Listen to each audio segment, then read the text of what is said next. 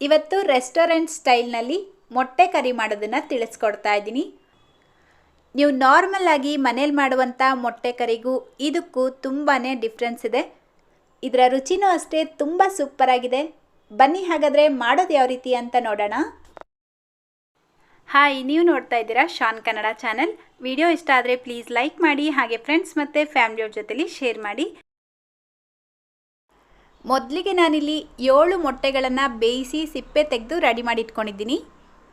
ಈಗ ಗ್ಯಾಸ್ ಮೇಲೆ ಒಂದು ಪ್ಯಾನ್ ಇಟ್ಕೊಂಡು 1 ಟೇಬಲ್ ಸ್ಪೂನ್ ಎಣ್ಣೆ ಹಾಕ್ಕೊಳ್ಳಿ. ಎಣ್ಣೆ ಬಿಸಿಯಾಗಿದ್ದ ತಕ್ಷಣ ದೊಡ್ಡ ಸೈಜಿಂದು 1 ಈರುಳ್ಳಿನ ಸಣ್ಣದಾಗಿ ಕಟ್ ಮಾಡಿ ಹಾಕ್ಕೊಳ್ಬೇಕು. ಇದರ ಜೊತೆಗೇನೆ 1 ಗಡ್ಡೆ ಬೆಳ್ಳುಳ್ಳಿ, 2 ಇಂಚು ಹಸಿ ಶುಂಠಿ ಹಾಕ್ಬಿಟ್ಟು ಫ್ರೈ ಮಾಡ್ಕೊಳ್ಳಿ. ನೋಡಿ, ಈರುಳ್ಳಿ ಈ ರೀತಿ ಟ್ರಾನ್ಸ್ಪರೆಂಟ್ ಆಗಿದ್ದ ತಕ್ಷಣ ಇದಕ್ಕೆ ಟೊಮೆಟೊ ಹಾಕ್ಕೊಳ್ತಾ ಇದ್ದೀನಿ. ಮೀಡಿಯಮ್ ಸೈಜ್ದು 2. ಇದರ ಜೊತೆಗೇನೆ ರುಚಿಗೆ ತಕ್ಕಷ್ಟು ಉಪ್ಪು ಹಾಕ್ಬಿಟ್ಟು ಟೊಮೆಟೊ ಸಾಫ್ಟ್ ಆಗೋವರೆಗೂ ಫ್ರೈ ಮಾಡ್ಕೊಳ್ಬೇಕು. ನೋಡಿ, ಟೊಮೆಟೊ ಈ ರೀತಿ ಸಾಫ್ಟ್ ಆಗಿದ್ದ ತಕ್ಷಣ ಗ್ಯಾಸ್ ಫ್ಲೇಮ್ನ ಆಫ್ ಮಾಡಿಬಿಟ್ಟು ಇದನ್ನು ಪೂರ್ತಿಯಾಗಿ ತಣ್ಣಗಾಗೋದಕ್ಕೆ ಬಿಡಬೇಕು. ಇದು ಪೂರ್ತಿಯಾಗಿ ತಣ್ಣಗಾದ್ಮೇಲೆ ಒಂದು ಮಿಕ್ಸರ್ ಜಾರ್ಗೆ ಹಾಕ್ಕೊಳ್ತಾ ಇದ್ದೀನಿ. ಈ ಮಸಾಲೆನ ಈಗ ನುಣ್ಣಗೆ ಪೇಸ್ಟ್ ಮಾಡ್ಕೊಳ್ಬೇಕು. ಈಗ ಈ ಬೇಯಿಸಿರುವಂಥ ಮೊಟ್ಟೆ ತಗೊಂಡು ಒಂದು ಚಾಕು ಸಹಾಯದಿಂದ ಈ ರೀತಿ ಲೈಟಾಗಿ ಕಟ್ ಮಾಡಿ ಇಟ್ಕೊಳ್ಬೇಕು.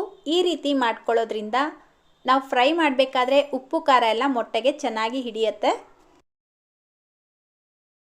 ನೆಕ್ಸ್ಟ್ ಈಗ ಗ್ಯಾಸ್ ಮೇಲೆ ಒಂದು ಕಡಾಯಿ ಇಟ್ಕೊಂಡು 2 ಟೇಬಲ್ ಸ್ಪೂನ್ ಎಣ್ಣೆ ಹಾಕ್ಕೊಳ್ಳಿ. ಎಣ್ಣೆ ಬಿಸಿ ಆಗೋದಕ್ಕೆ ಮುಂಚೆ ಇದಕ್ಕೆ ಅರ್ಧ ಟೀ ಸ್ಪೂನ್ ಅಚ್ಕಾರದ ಪುಡಿ, 1/4 ಟೀ ಸ್ಪೂನ್ ಅರಿಶಿನ ಹಾಕ್ಬಿಟ್ಟು ಮಿಕ್ಸ್ ಮಾಡ್ಕೊಳ್ಳಿ. ಈಗ ಬೇಯಿಸಿಟ್ಕೊಂಡಿರುವಂಥ ಮೊಟ್ಟೆಗಳನ್ನು ಹಾಕ್ಬಿಟ್ಟು ಫ್ರೈ ಮಾಡ್ಕೊಳ್ಬೇಕು. ಮೀಡಿಯಮ್ ಫ್ಲೇಮಲ್ಲೇ ಒಂದು 3 ನಿಮಿಷ ಚೆನ್ನಾಗಿ ಫ್ರೈ ಮಾಡ್ಕೊಳ್ಬೇಕು. ನೋಡಿ, ಈ ರೀತಿ ಲೈಟಾಗಿ ಕಲರ್ ಚೇಂಜ್ ಆಗಿದ ತಕ್ಷಣ ಇದನ್ನು ಒಂದು ಪ್ಲೇಟ್ಗೆ ಹಾಕಿಟ್ಕೊಳ್ಳಿ. ಈಗ ಉಳಿದಿರುವಂಥ ಅದೇ ಎಣ್ಣೆಗೆ ಅರ್ಧ ಟೀ ಸ್ಪೂನ್ ಶಾಹಿ ಜೀರಾ ಹಾಕ್ಕೊಳ್ತಾ ಇದ್ದೀನಿ. ನಾರ್ಮಲ್ ಜೀರಾ ಬೇಕಿದ್ರೂ ಹಾಕ್ಕೊಳ್ಬೋದು. ಇದಕ್ಕೇನೆ ರುಬ್ಬಿಟ್ಕೊಂಡಿರುವಂಥ ಮಸಾಲೆ ಪೇಸ್ಟ್ ಹಾಕ್ಕೊಳ್ಬೇಕು. ಅದೇ ಮಿಕ್ಸಿ ಜಾರ್ಗೆ ಸ್ವಲ್ಪ ನೀರು ಹಾಕಿ ಮಿಕ್ಸ್ ಮಾಡಿಬಿಟ್ಟು ಹಾಕ್ಕೊಳ್ಳಿ. ತುಂಬ ಜಾಸ್ತಿ ನೀರು ಹಾಕ್ಕೊಳ್ಬಾರ್ದು, ಅರ್ಧ ಕಪ್ ಹಾಕ್ಕೊಂಡ್ರೆ ಸಾಕು. ನೋಡಿ, ಈ ರೀತಿ ಮಿಕ್ಸ್ ಮಾಡ್ಕೊಂಡಿದ ನಂತರ ಇದಕ್ಕೆ 1 ಟೀ ಸ್ಪೂನ್ ಧನಿಯಾ ಪೌಡರ್, ಅರ್ಧ ಟೀ ಸ್ಪೂನ್ ಜೀರಾ ಪೌಡರ್ ಹಾಕ್ಬಿಟ್ಟು ಮಿಕ್ಸ್ ಮಾಡ್ಕೊಳ್ತಾ ಇದ್ದೀನಿ. ಮಿಕ್ಸ್ ಮಾಡ್ಕೊಂಡಿದ ನಂತರ ಒಂದು ಲಿಡ್ನ ಕ್ಲೋಸ್ ಮಾಡಿ ಕಡಿಮೆ ಉರಿಯಲ್ಲೇ 5 ನಿಮಿಷ ಈ ಮಸಾಲೆನ ಕುದಿಯೋದಕ್ಕೆ ಬಿಡಬೇಕು. ನೋಡಿ, ಕರೆಕ್ಟಾಗಿ 5 ನಿಮಿಷ ಆಗಿದ ನಂತರ ಗ್ರೇವಿಯಿಂದ ಎಣ್ಣೆ ಸಪ್ರೇಟ್ ಆಗಿರುತ್ತೆ. ಈ ರೀತಿ ಚೆನ್ನಾಗಿ ಮಸಾಲೆನ ಫ್ರೈ ಮಾಡ್ಕೊಂಡಿದ ನಂತರ ಇದಕ್ಕೆ 4 ಟೇಬಲ್ ಸ್ಪೂನ್ ಮೊಸರು ಹಾಕ್ಬಿಟ್ಟು ಇಮಿಡಿಯೇಟಾಗಿ ಚೆನ್ನಾಗಿ ಮಿಕ್ಸ್ ಮಾಡ್ಕೊಳ್ಬೇಕು. ಮೊಸರು ಹಾಕ್ಕೊಂಡಿದ ತಕ್ಷಣ ಸರಿಯಾಗಿ ಮಿಕ್ಸ್ ಮಾಡಿಲ್ಲ ಅಂದರೆ ಅಲ್ಲಲ್ಲಿ ವೈಟ್ ಥರ ಆಗಿಬಿಡುತ್ತೆ. ಸೊ ಚೆನ್ನಾಗಿ ಮಿಕ್ಸ್ ಮಾಡಿಕೊಂಡು ಅರ್ಧ teaspoon garam masala, 1 teaspoon chicken masala, mutton masala ಅಥವಾ ಎಗ್ ಮಸಾಲ ಯಾವುದು ಬೇಕಾದರೂ ಹಾಕ್ಕೊಳ್ಳಿ. ನಾನಿಲ್ಲಿ ಎಗ್ ಮಸಾಲ ಪೌಡರ್ನ ಹಾಕ್ಕೊಳ್ತಾ ಇದ್ದೀನಿ. ಈಗ ಇದಕ್ಕೆ ಅರ್ಧ ಕಪ್ಪಷ್ಟು ನೀರು ಹಾಕ್ಬಿಟ್ಟು ಮಿಕ್ಸ್ ಮಾಡ್ಕೊಳ್ಳಿ.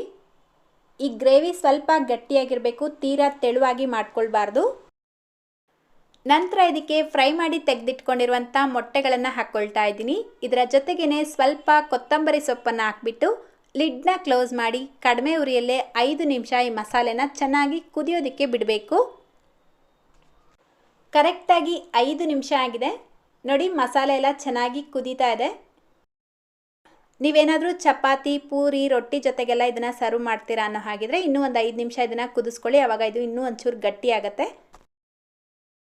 ಲಾಸ್ಟಲ್ಲಿ ಸ್ವಲ್ಪ ಕೊತ್ತಂಬರಿ ಸೊಪ್ಪನ್ನು ಹಾಕ್ಕೊಂಡ್ರೆ ಸಖತ್ ಟೇಸ್ಟಿಯಾಗಿರುವಂಥ ರೆಸ್ಟೋರೆಂಟ್ ಸ್ಟೈಲ್ ಎಗ್ ಕರಿ ರೆಡಿಯಾಗುತ್ತೆ. Ghee rice, white rice, ragi mudde, chapati, dosa ಯಾವುದ್ರ ಜೊತೆಗಾದರೂ ಸರ್ವ್ ಮಾಡಿ ಎಕ್ಸಲೆಂಟಾಗಿರುತ್ತೆ.